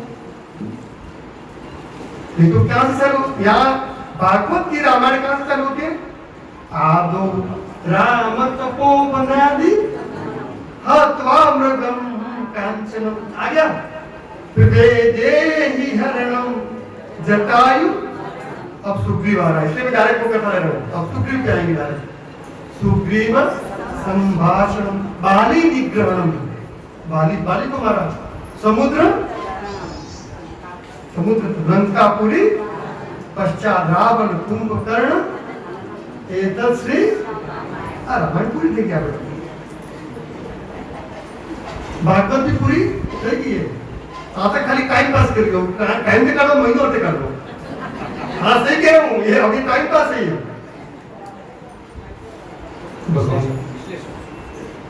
रहस्य तो इसमें बहुत से। भगवान राम बाली ने भगा दिया, भाई की पत्नी जो थी उसको भी उसने ले लिया और वो चला गया ऋष्यमुख पर्वत पर चला गया। वहां पर हनुमान जी के सलाहकार थे, सचिव, वो राजा था किष्किंधा का, हनुमान जी सचिव थे उनके सलाहकार। ऋष्यमुख पर्वत पर, लेकिन ऋष्यमुख पर्वत पर बाली नहीं जा सका, उसको शाप था, प्राविशेत यदि वे बाली मूर्धास्य शतधा भवे। ये शाप मालूम था, बाली को शाप था, क्योंकि उस ऋष्यमुख पर्वत पर ऋषि तपस्या कर रहे थे और इसने क्रोध में आकर के एक भैंसा था पशु, उसको जोर से घुमा करके फेंका और वहां पर जो ऋषि सब कर रहे थे ऋष्यमुख पर्वत पर, वहां पर वो भैंसा गिरा। तो कहा आज से अगर बाली प्राविश्य, ये शाप था उसको, प्राविश्य यदि हे बाली मूर्धास्य शतधा भवेत्, तो बाली के सिर के 100 टुकड़े हो जाएंगे। ये शाप कैसे बांधे गया ऋषिमुख पर्वत पर। तत्प्रभास सुकोस्माकम, हनुमान जी ने कहा कि हमें कहाँ जाना चाहिए, ऋषिमुख पर। तो तत्प्रभास बाहर सुकोस्माकम, हमें सुख मिलेगा, नि उद्विग्न भविष्यति, हमें कोई वहां पर उद्विग्न उद्वेग नहीं आएगा, निरुद्विग्न भविष्य। अब आप सोच लो, ऋष्यमुख यानी ऋषियों का मुख। अब क्या रूपक है इसमें पूरा, ऋष्यमुख का मतलब ऋषियों का मुख यानी वेद, और वेद विद ज्ञानार्थक, विद ज्ञानार्थक, ज्ञान शब्द से जहां पर ज्ञान है, जहां ऋषियों का वेद मंत्र है, वहां पर बाली प्रवेश नहीं कर सकता है। बाली कौन है, ये असुर वृत्ति है, राक्षसी वृत्ति है, और राक्षसी वृत्ति वहां पर प्रवेश नहीं कर सकती। भगवान राम ऋष्यमुख पर्वत वन में जा रहे थे, दूर से देख लिया सुग्रीव ने कि मुझे कोई बाली के दूत तो नहीं आ रहे मुझे, तो हनुमान जी को भेजा। हनुमान जी ने ब्राह्मण का रूप लिया, जा करके उन्होंने हनुमान जी ने प्रणाम किया और उनसे संभाषण किया सबसे पहले। अब हनुमान जी, बोले हनुमान जी महाराज, जिस कथा में हनुमान जी का दर्शन पहली बार हुआ, हनुमान जी पहली बार भगवान राम का जब मिले, उन्होंने प्रणाम किया और जब उन्होंने वार्तालाप संस्कृत में की, हनुमान जी ने, क्योंकि ब्राह्मण थे, भगवान राम, हनुमान जी ब्राह्मण का रूप था, राम लक्ष्मण राजकुमार थे, फिर संस्कृत में बात की, बहुत संभाषण हुआ, तो भगवान राम लक्ष्मण को कहते हैं। लक्ष्मण जी को यूं कहते हैं कि इस व्यक्ति में वाणी के 18 दोष कहे गए। अपन बोलते हैं ना तो 18 प्रकार के दोष होते हैं व्याकरण के हिसाब से, लेकिन इस व्यक्ति में एक भी दोष नहीं है। इतना इसकी वाणी में बहुत मधुरता है, कोई दोष नहीं है, उसका व्याकरण अच्छा है। गुरु कौन थे? सूर्य नारायण, भगवान सूर्य से हनुमान जी ने ज्ञान प्राप्त किया। इसलिए फिर भगवान राम कहते हैं लक्ष्मण जी को, ना ऋग्वेद विदितस्य ना यजुर्वेद धारिणः न सामवेद विदुषं शक्युमेव विभाषितं नूनं व्याकरणं कृष्णं अनेन बहुधा श्रुतं। भगवान ने कहा राम ने, इस व्यक्ति में वाणी का एक दोष नहीं है, और निश्चित इस व्यक्ति ने ऋग्वेद, यजुर्वेद और सामवेद का इसको ज्ञान है, और व्याकरण का उसको पूरा ज्ञान है, जब ये व्यक्ति इतनी अच्छी तरह से संभाषण कर रहा है। ऋग्वेद का सबसे पहला मंत्र है वेद का, अग्नि मिले पुरोहित, पहला मंत्र। ये अग्नि कौन है? ज्ञानी नाम अग्रगण्यम, अग्रगण्य अग्नि है, अग्रगण्य है। अग्रगण्य कौन है? ज्ञानी नाम हनुमान जी है। ये हनुमान जी के बारे में बताया है कि ज्ञानी नाम अग्रगण्यम। ये अग्रगण्य का अर्थ होता है हनुमान, सब में अग्रगण्य। तो राम और लक्ष्मण उनको हनुमान जी ने खंभे पे बैठा के ले गए। वो ऐसा पहला चित्र बना, कहाँ बैठाया?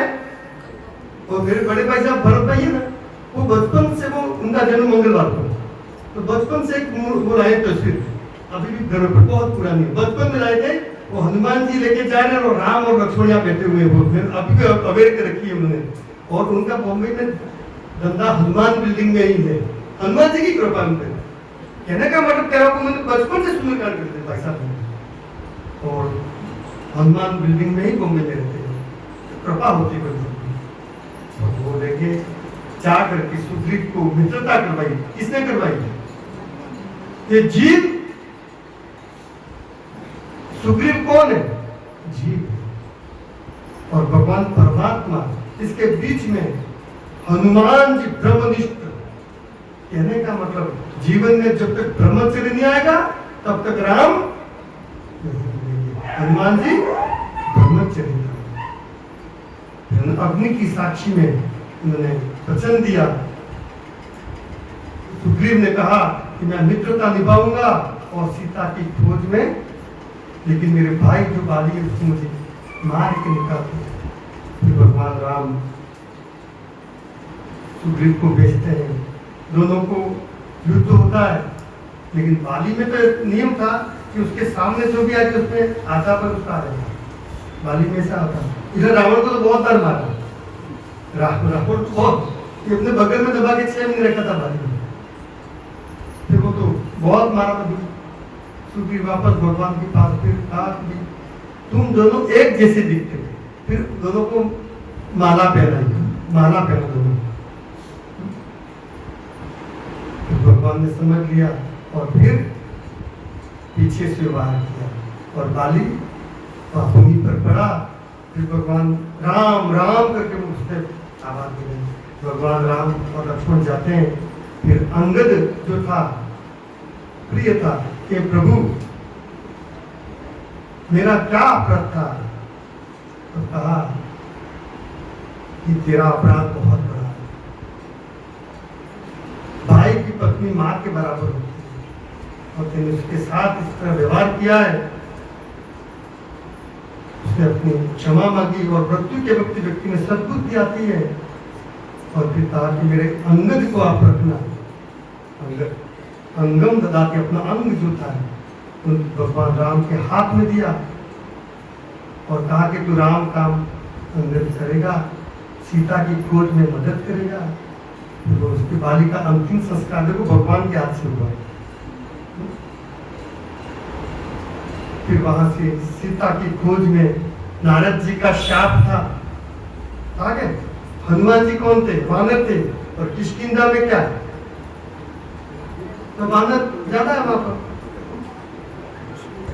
पर सब बुलाया, सब गद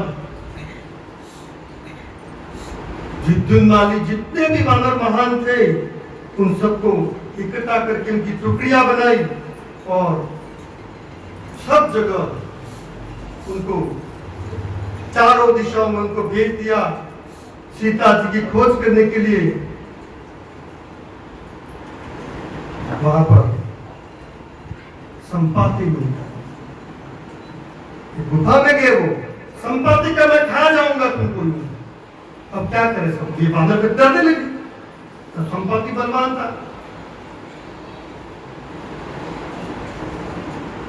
तब उन्होंने कहा,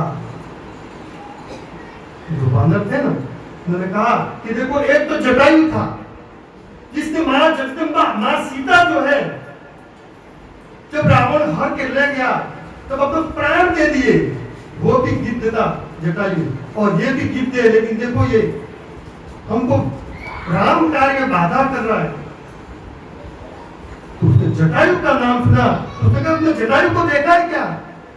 तो हाँ, तो कहाँ है वो? तो जटायु का तो इस प्रकार का हुआ। तो उसने कहा कि तो फिर वो दुष्ट रावण को सीता जी को ले जाते मैंने देखा, वो दक्षिण दिशा में गया है।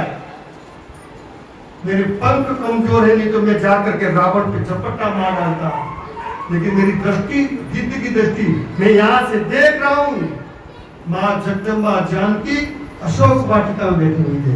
ये संपाति ने बताया और उसको कहा था जिस दिन तू राम का वो सूर्य, दोनों भाई सूर्य के दर्शन के लिए गए थे, भगवान सूर्य के, तब उसके पंख जल गए थे। तब उसको कहा था जिस दिन तू राम कार्य में मदद करेगा तब तेरे पंख वापस आएंगे। और जैसे उसने जानकी का पता बताया और उसके पंख वापस आ गए। सत्कर्म की यही विशेषता।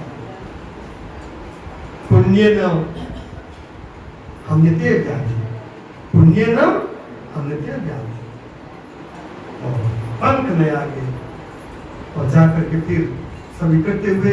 अब भगवान ने जब जाएगा कौन जाएगा? जामवंत ने कहा कि बलि बादत प्रभु बाढ़ेहु। मैंने 7 प्रदक्षिणा कर दी थी उसमें। जब बलि ने 3 पग प्रतिमा की ना, तब जामवंत के मैं जवान था, तो मैंने 7 प्रदक्षिणा उस समय कर डाली थी, इतना बलवान था। लेकिन मैं व्रत हो गया। सबको पूछा, अंगद को पूछा, अंगद कह जाऊं मैं पारा, जिनी संशय कछु गिरती पारा। अंगद कह जाऊं मैं पारा, संशय कछु गिरती पारा। गुरु करो अपना। अंगद ने कहा मैं जा तो सकता हूँ, लेकिन क्योंकि मंदोदरी उसकी माँ थी, अंगद की माँ मंदोदरी थी। उस कंद पुराण में ये घटना आती है। मैंने पहले कहा भी एक प्रसंग में, लेकिन चलो प्रसंग आ गया है तो मैं कह देता हूँ कि मैदानव जो था उसकी पुत्री मंदोदरी थी। उसको एक ऋषि के आश्रम में छोड़ दिया और वो असुरों के महल बनते उस काम में वो मंडोर का था। और काम क्या था? भवन बनाने का। आदमी मंडारो की मंडारो शब्द है, ये मंडारो मैदानव मंदोदरी का पिता, राजस्थान मंडोर। और वहां पर बाली और रावण दोनों आते थे। वहां उस ऋषि के आश्रम में दोनों की लड़ाई थी, विश्व प्रसिद्ध लड़ते रहते। अब देव योग से मंदोदरी गर्भवती हो गई। ये स्कंद पुराण में लिखा है, रामचरित मानस वाल्मीकि में नहीं है। जब गर्भवती हो गई तब पुत्र हुआ तब पुत्र दे दिया अंगद को। दोनों लड़ते थे कि झगड़ा बंद कर दिया, और मंदोदरी दे दी रावण को, झगड़ा समाप्त हो गया। और अंगम ददाती, पुत्र मां का अंग होता है, इसके नाम पड़ा अंगद। अब अंगद कहता है कि मैं जा तो सकता हूं लेकिन वापस आ नहीं सकता हूं। क्यों? 25 वर्ष की उम्र थी उस समय अंगद की, और मंदोदरी को मालूम था कि मेरा पुत्र है अंगद, और अंगद को मालूम कि मंदोदरी मेरी, मैं जाकर सीता की खोज करने जाऊं, और मां पहली बार देख ले मंदोदरी और मुझे वापस नहीं आने दिया तो ये राम कार्य रुक जाएगा। इसलिए कहा कि मैं जा तो सकता हूं लेकिन वापस। फिर वहां पर हनुमान जी चुपचाप खड़े थे। पवन तनय बल पवन समाना, काज प्रसादी रहे बलवाना। हनुमान जी के पास बल तो बहुत था लेकिन वो चुपचाप थे।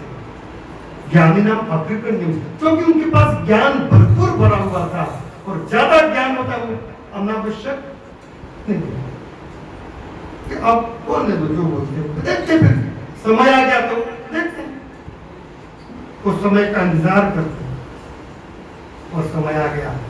क्योंकि हनुमान जी आप क्यों छूटे? तब उनको शाप था कि हनुमान के पास बल तो बहुत है लेकिन उसको कोई जागृत करने वाला कोई कहना तो कोई तब तो करेगा, वो कैसे करेगा? पराक्रम तो बताएगा हनुमान जी का।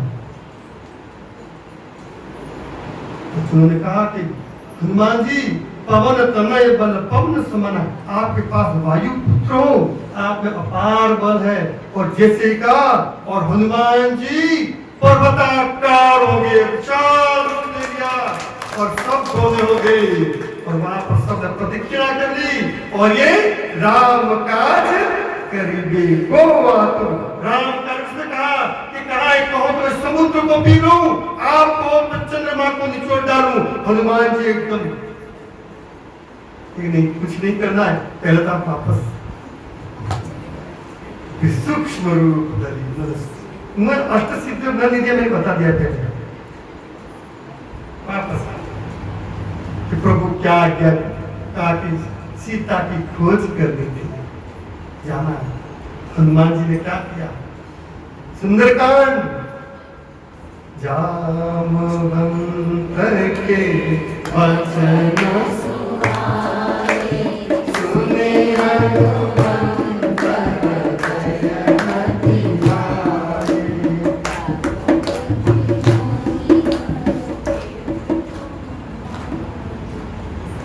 जयमति भाई। कथा पूरी आज पूरी रामायण कर देनी, फिर कल के भागवत का देखो, कल कृष्ण का फिर कृष्ण कथा चालू है, भगवान कृष्ण का भी जन्म करवाना है, और अभी तो भागवत तो बहुत बाकी है। जामवंत के वचन सुन लिए, उन्हें पार बल आ गया, और फिर क्या किया उन्होंने? प्रभु मुद्रिका मेरी मुख माही, जलधि लांघि गए अचरज नाई। कितना भी दुर्गम कार्य क्यों नहीं हो, भगवान राम की मुद्रिका यानी राम नाम मुख में था, राम नाम अहंकार लिया है, जहां जीप पे रखा। ये अपन दिया जो होता है दीपक, वो घर की देहली पे रखोगे के तो घर में भी उजाला और बाहर भी उजाला, दोनों की तो उजाला होता है। वो देहरी में इन्होंने पिछले उन्होंने कहाँ रखा? यहाँ जीवा, यहाँ पर मुख में राम नाम, अंतर बाहर हो गया। वहां पर उनको कौन मिला? सुरसा। त्याला हक्कन राक्षसीनाशा आपला हक्कन दिलं वगैरे जण शूर न देखे ती पणू, शुकम न देखे शूर, शूरवीर कभी शुकम नहीं देखता, ये इसलिए कहना पड़ेगा। सुरसा ये सर्पों की माता है, कद्रु और विनीता दोनों थी। कद्रु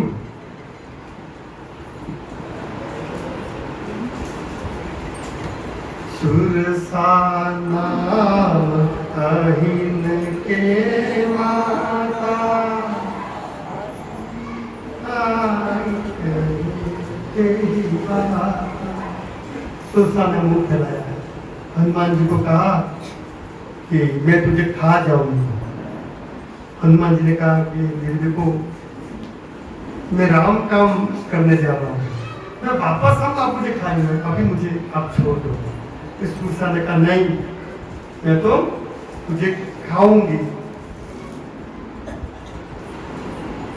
जो जन भरी तेरी बदनु पसारा, कपि तनु किन्ह दुगुना सारा। सोरह जो जन मुख